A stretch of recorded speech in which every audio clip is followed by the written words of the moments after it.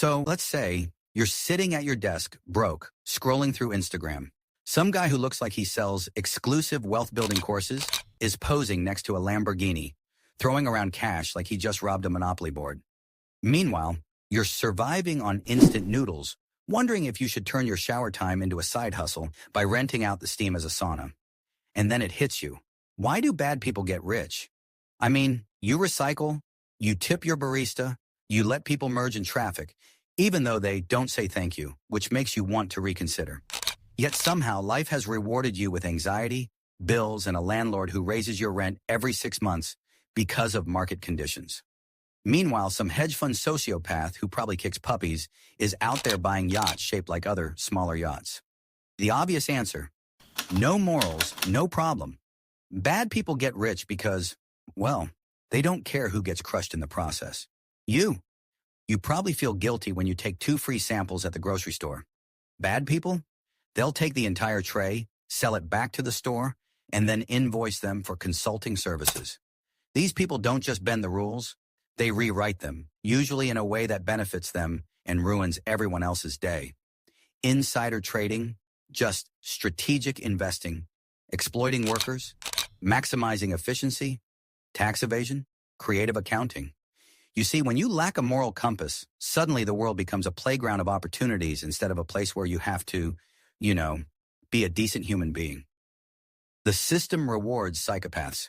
You ever notice how people who make their employees work 16-hour shifts for minimum wage end up on the cover of Forbes, while teachers and nurses can barely afford groceries? That's not a coincidence. The system isn't broken. It was built this way. Rich people don't just play the game. They own the board, the dice, and probably paid off the referee. The higher up you go in the wealth hierarchy, the fewer consequences you face. If a poor guy shoplifts a loaf of bread, he gets arrested. If a billionaire commits fraud, he gets a fine that's basically the equivalent of you dropping a quarter on the sidewalk. And let's be honest, when was the last time you heard of a billionaire getting thrown in jail? Exactly. The legal system treats them like an endangered species, except instead of protecting them from poachers, it protects them from us. Work hard and you'll succeed. Biggest lie. Ever told somewhere along the way, society fed you a nice little bedtime story about how working hard leads to success? A cute fairy tale, really. It conveniently leaves out the part where networking, luck, generational wealth, and mild to severe ethical flexibility play much bigger roles. Think about it. If hard work alone made people rich, coal miners would be billionaires, and Wall Street executives would be living in basements, stealing Wi-Fi from the neighbors. But no, the people doing the hardest, most physically and emotionally draining jobs somehow earn the least. Meanwhile, some guy named Chad who leveraged market trends, aka bet on housing crashes and made people homeless, is out there celebrating on a private jet. The money shield.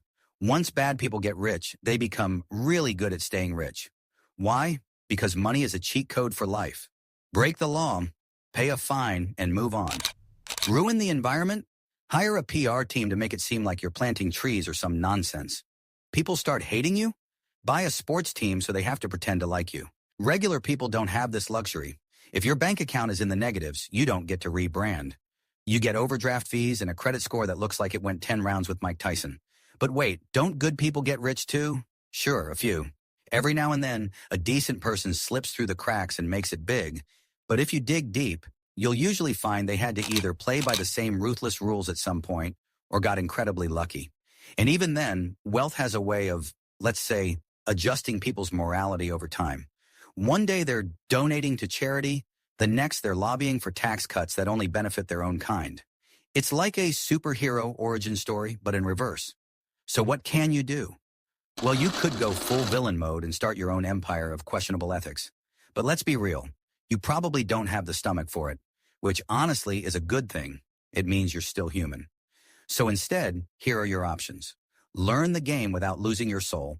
Figure out how money actually works, because schools sure as hell aren't teaching it. Stop idolizing the rich. Most of them aren't geniuses.